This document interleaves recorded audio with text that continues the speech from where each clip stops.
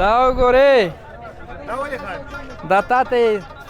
خوله چینګه کړې ده چې مخلص صاحب راغلی پکول ته یې وګوره دا وګوره وایي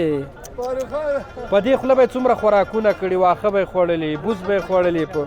اوس بېچاره دلته واضح داړې پروت دی خو درنو لیدونکو السلام علیکم ورحمت الله وبرکاتو دا کابل دی او کابل پل محمود خان را دې خواته دې ته کوم ځای وایي پل محمود خان خو مې ویلې نه بل ځای خو نه دی درنو لیدونکو په کابل کې یو څو شیان ډېر مشهوره دي اول دا ډوډۍ وګورئ موږ چې کور کې پخوو دغسې ډوډۍ نشو پخولی څومره ښایسته ایښې دي منظم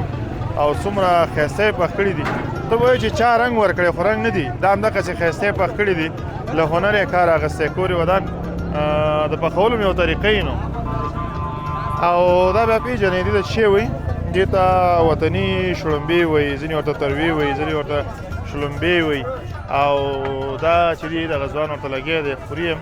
دې ته بورګیم وایي پیرکیم وایي او موږ یې بولانیم بولو دا یو دانه په 60 افغانۍ دی ډېر خوندور وي دی تاسې وګورئ له دې وروسته بیا دغه چکنۍ کې یو ځای کېږي او بیا خوړل کېږي او دا وګورئ درنو هیوادوالو دا مزې په کابل کې دي دا چکني ده او دا بیا ماسته دي او دا چې دي بادرنګ میده شوي دي او دا شملې دي او دغه ځوانان ګورئ دمګړۍ لګیا دي دلته دغه پیرکیانې یا بولانیانې دا پخوي او دغه بازار ته عرضه کوي فکر کوم چې یو بولاني قیمت 60 افغانۍ دی که نه څنګه هستئ ښه جوړې دا شکر دی چې خاص دی دواړه استاده ته څنګه یې خاص دی زه شکر دی چې دواړه خاص دی درنو لیدونکو راځئ دا نور ځایونه هم در باندې ګورم دا ښایستونه هم در باندې ګورم دا د کابل ښایستونه دي او کابل په رښتیا هم ځانګړی ښایست الله تعالی پرې لورولی دی دا وګورئ دا جوش کړي هګۍ دي او هلته راځي ځوانان 2 هګۍ 3 هګۍ اخلي او خوري څنګه چل دی وګوره ټلیفون دی هاخوا ته وکړه چې دلته ویلوګ شروع دی درنو لیدونکو د سړک په سر باندې ډوډۍ خرڅېږي وګورئ ورته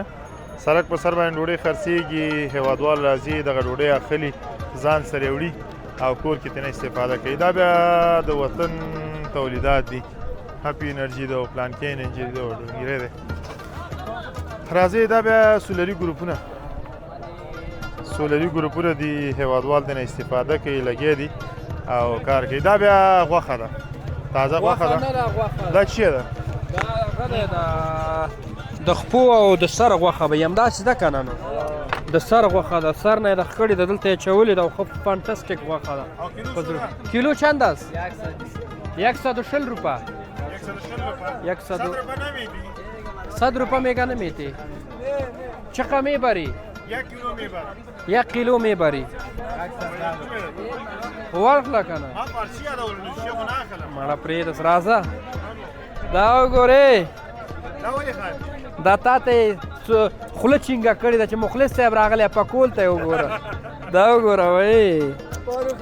په دې خوله به یې څومره خوراکونه کړي واښه به یې خوړلي بوس به یې خوړلي په اوس بېچاره دلته واضح داړې پروت دی خو